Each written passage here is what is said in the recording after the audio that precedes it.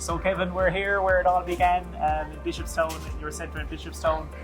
So if you just give me a brief outline of where you started out and where you are now Sure. in terms of the business. No problem, Shane. So first of all, welcome to you and the team to the store here in Bishopstown today. So as you said, this is where it all started. My father opened this store back in 1980, and where you're actually standing now was a little cottage that was right next to the store, and it was about I'd say a quarter of the size of what it is today. And over the years we would have revamped the store, extended it and so on, knocked the house. We would have actually lived in the house, six of us with my mother and father. And my father was a director out in Musgraves, and my mother ran the shop with a staff of 2. And today we've obviously expanded the business to 7 Centras, employing over 300 people throughout Cork City and County. Oh. Well, that's obviously fantastic, Kevin. But I think obviously, like every other business, you do face challenges. And I'd just like you to outline what you believe the challenges are that you as a business owner are facing at the moment. Well, to be honest, Shane, there's a lot of, I would call it disillusionment at the moment among small to medium-sized enterprises, because we seem to be taken in the neck from all angles, and a lot of it is to do with government policy, I would have to say. And to start with, I'd have to commend the Fianna Fáil, Fine Gael Green government in what they did during the COVID pandemic, because they really kept us afloat. They kept all the bars, restaurants, stores, tradespeople, all of that kind of thing. They kept us afloat during the pandemic. But unfortunately, in the last 2 years, we seem to be getting hit with an awful lot of new legislation and law that's coming in. There's a lot of other things that we were hit with. For example, the sick pay scheme, which has gone to 10 days, is going to go to 10 days eventually. That's really going to have a massive effect on our bottom line. The auto-enrolment pension scheme, again, something that somebody in government said, yeah, you know what, let's get the retailer to pay for that. The government aren't going to pay for it. The employee's not going to pay for it. Kevin Herlihy and Brian Herlihy can pay for it. And to be honest, I just think that's very unfair on us. Even though we employ 300 people, we're still a small to medium-sized business. And I think that whoever gets into power next, be it yourselves or whoever, that they will think of the likes of us that are employing the 300 people throughout Cork City and County, and have a broader vision. Another thing what I'd say is the DRS, the deposit return scheme that came in this year. And while it's great for the environment, again, it was the retailer that had to pay for it. So in our company, it cost us almost €50,000 after the grants to put in these machines that are outside the door here. And we get 0.022 cent for every bottle that goes in. Believe me, it's very, very little at the end of the day when people are coming in, putting hundreds of them in. We had to get electricians, plumbers, all different kind of tradespeople in to put data cables in, all having to be paid by us.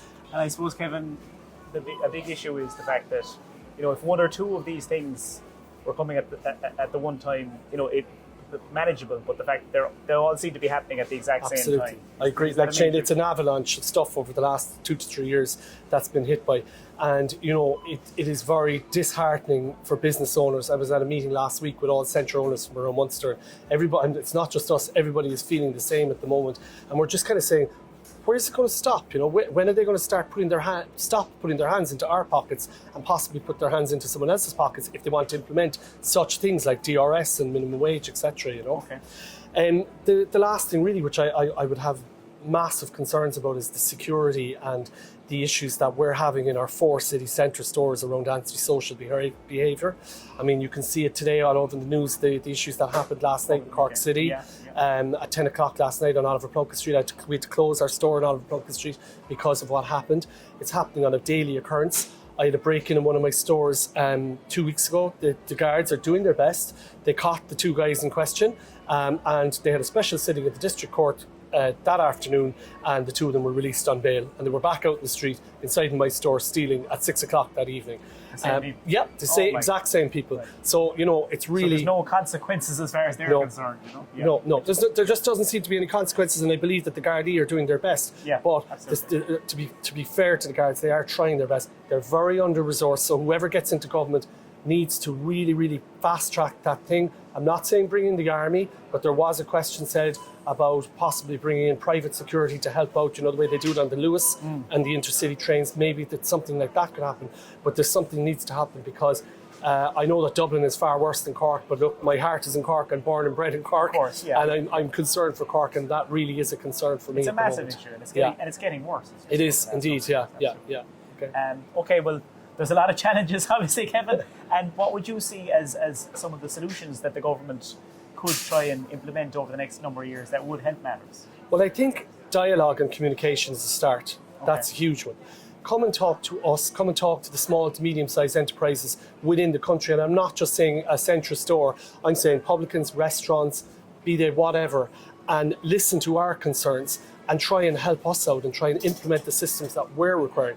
Perfect example would have been the DRS systems. Okay.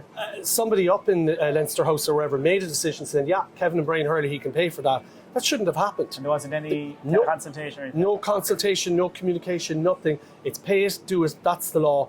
And to be honest, I felt that was very, very unfair. Okay. That would just be one example. So really, I would say communication and talking to us. And, obviously the things that I'm outlining in relation to security and all the increased costs, Because obviously, who knows better what the solutions are than the people who are facing the challenges themselves? Look, I agree, and you always hear it on the news and on social media. There's a guy inside an office in Leinster House, and he's making a decision, and he never worked in a shop in his life. And he's dictating what we have to deal with. Yeah. And that's what we're really asking. Okay. Yeah. Okay. Which makes sense. Yeah. Which is why I'm here talking to you. I firmly believe that we need to listen to the people, to business owners, to the people in general, to see what the challenges they're facing.